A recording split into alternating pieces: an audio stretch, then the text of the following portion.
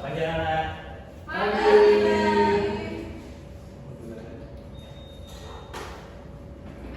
Ya, sebelum mulai pembelajaran pada pagi hari ini, marilah kita berdoa membaca kalam bersama-sama.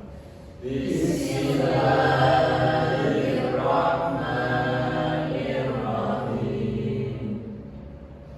Baik, sebelum mulai pelajaran, Bapak akan akan dulu ya. Pelajaran penuda. Aulia Muhimah. Anissa Fiska. Muhammad Ayis. Nurliana. Siva Hanif. Hadir. Dan Fatul Fitria. Berarti maju semua ya.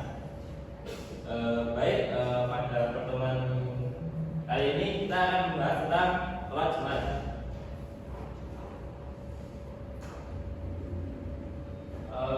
Yang pertama, pengertian sholat Jumat.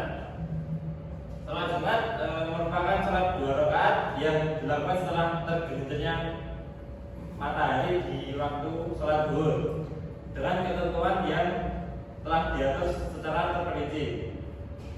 Hukum melaksanakannya, sholat Jumat adalah fardu ain bagi setiap laki-laki yang hidup balik. Jadi untuk laki-laki tidak boleh meninggalkan sholat Jumat. Bagi orang yang telah melaksanakan sholat Jumat, maka tidak diwajibkan untuk melaksanakan sholat zuhur. Kemudian keistimewaan dari Jumat. Yang pertama, hari berkumpulnya kebaikan dan hari berkumpulnya orang melakukan kebaikan. Jadi di hari Jumat banyak orang yang berlomba-lomba untuk mendapatkan banyak pahala dan berlomba-lomba untuk melakukan kebaikan. Yang kedua, hari diciptakannya Nabi Adam alaihissalam. Kemudian hari bersatunya kembali antara Adam alaihissalam dan Siti Hawa setelah diturunkan ke bumi. Kemudian sejak zaman jahiliyah terkenal sebagai hari Arubah yang bermakna hari penuh kasih sayang. Kemudian yang kelima, sebaik-baiknya hari yang disinari matahari. Jadi dalam itu hari yang paling baik itu adalah hari Jumat. Kemudian hari yang Allah Subhanahu wa taala mengampuni 600.000 penghuni neraka. Yang ketujuh, hari yang dijanjikan bagi orang yang meninggal di hari tersebut, maka Allah Subhanahu wa taala akan mencatat baginya pahala meninggal di jalan Allah dan dijaga dari siksa kubur. Yang kedua, dasar hukum sholat Jumat. Dalam Al-Quran, dalil yang mewajibkan sholat Jumat terdapat dalam Al-Quran surat Al-Jumu'ah ayat 9 yang artinya, hai orang-orang yang beriman, apabila disuruh untuk menunaikan sholat Jumat, maka bersegeralah kamu kepada mengingat Allah dan tinggalkanlah jual beli.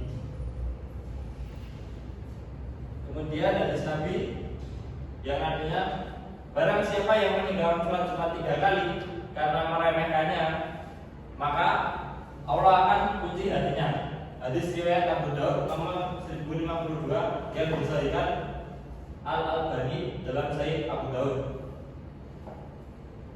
Yang ketiga ada syarat syah dan syarat wajib sholat Jumat. Syarat syah ada 2 pendapat. Yang pertama berdasarkan kitab Safinatun Najah. Yang pertama syaratnya perkampungan atau permukiman. Yang kedua dilakukan secara berjamaah minimal 40 orang. Yang ketiga dilaksanakan pada waktu sholat zuhur. Yang keempat, tidak terdapat 2 sholat Jumat dalam satu tempat yang sama, didahului oleh pelaksanaan 2 khutbah Jumat. Untuk pendapat yang kedua berdasarkan kitab Matan Tahrim, yaitu yang pertama perkampungan atau permukiman, yang kedua jumlah jamaahnya minimal 40 orang, dan yang ketiga dilaksanakan pada waktu sholat zuhur. Kemudian syarat wajib masih sama dengan dua pendapat. Yang pertama kitab Safinatun Najah, yang pertama yaitu merdeka bukan seorang budak. Kemudian yang kedua memasuki usia balik. Yang ketiga laki-laki, dan yang keempat menetap. Untuk pendapat yang kedua kitab Matan Makirim, yang pertama Islam, yang kedua merdeka, tiga memasuki usia balik, yang keempat berakal, yang kelima laki-laki, yang keenam sehat, dan yang ketujuh menetap.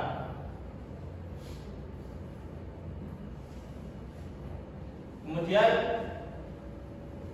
dua khutbah atau syarat khutbah Jumat. Untuk pendapat pertama berdasarkan kitab Safinatun Najah, yang pertama yaitu suci dari hadas kecil dan hadas besar. Yang kedua suci dari hadis baik badan, pakaian maupun tempatnya. Kemudian tiga menutup aurat. Jadi kalau sholat jangan di atas lutut atau laki-laki. Yang keempat berdiri bagi yang mampu. Yang keempat, yang kelima duduk di antara dua khutbah dengan batas maksimal sama dengan lamanya tumakninah dalam sholat. Yang keenam berurutan antara khutbah pertama dengan khutbah kedua. Yang ketujuh berurutan dengan pelaksanaan sholat Jumat. Yang kedelapan menggunakan bahasa Arab. Yang kesembilan jamaah yang mendengarkan khutbah minimal berjumlah 40 orang. Kemudian yang terakhir dilaksanakan pada waktu yang sama dalam pelaksanaan sholat zuhur. Kemudian pendapat yang kedua kitab Matan Takrib. Yang pertama suci dari najis dan hadas baik badan, pakaian, dan tempat khutbah.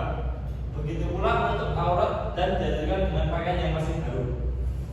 Kemudian yang kedua mendahulukan dua khutbah daripada sholat Jumat.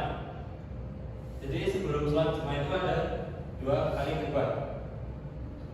Yang ketiga dilaksanakan pada waktu yang sama dengan pelaksanaan sholat zuhur. Yang keempat khutbah dilaksanakan dengan berdiri. Yang kelima duduk sejenak di antara dua khutbah dan wajib tumakninah. Jadi semisal habis khutbah pertama khotib di situ langsung duduk sebentar. Terus habis itu berdiri lagi untuk melakukan khutbah yang kedua. Dan yang terakhir mengeraskan suara sekiranya 40 jamaah dapat mendengarkannya. Kemudian rukun khutbah Jumat. Pendapat pertama berdasarkan kitab Safinatun Najah. Yang pertama memuji Allah Subhanahu wa taala dalam dua khutbah. Yang kedua membaca salawat kepada Rasulullah Shallallahu Alaihi Wasallam. Yang ketiga berwasiat agar senantiasa bertakwa kepada Allah. Yang keempat membaca Al-Quran pada salah satu dari dua khutbah. Yang kelima membaca doa yang ditujukan kepada orang-orang muslim laki-laki dan perempuan pada khutbah kedua. Kemudian pendapat yang kedua kitab Matan Takrib. Yang pertama khotib harus mengucapkan tahmid pujian-pujian kepada Allah Subhanahu wa taala. Yang kedua khotib harus mengucapkan dua kalimat syahadat. Yang ketiga khotib harus mengucapkan salawat atas Nabi Muhammad sallallahu alaihi wasallam. Yang keempat khotib berwasiat untuk jamaah agar selalu bertakwa kepada Allah. Yang kelima khotib membaca Al-Quran pada salah satu khutbah. Dan yang terakhir khotib berdoa yang ditujukan kepada muslimin dan muslimat yang berisi permohonan ampun atas segala dosanya.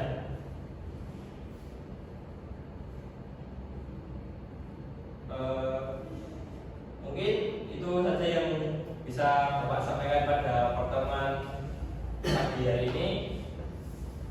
Marilah kita tutup pertemuan kita pagi ini dengan membaca hamdalah bersama-sama. Alhamdulillahirabbil alamin. Assalamualaikum warahmatullahi wabarakatuh.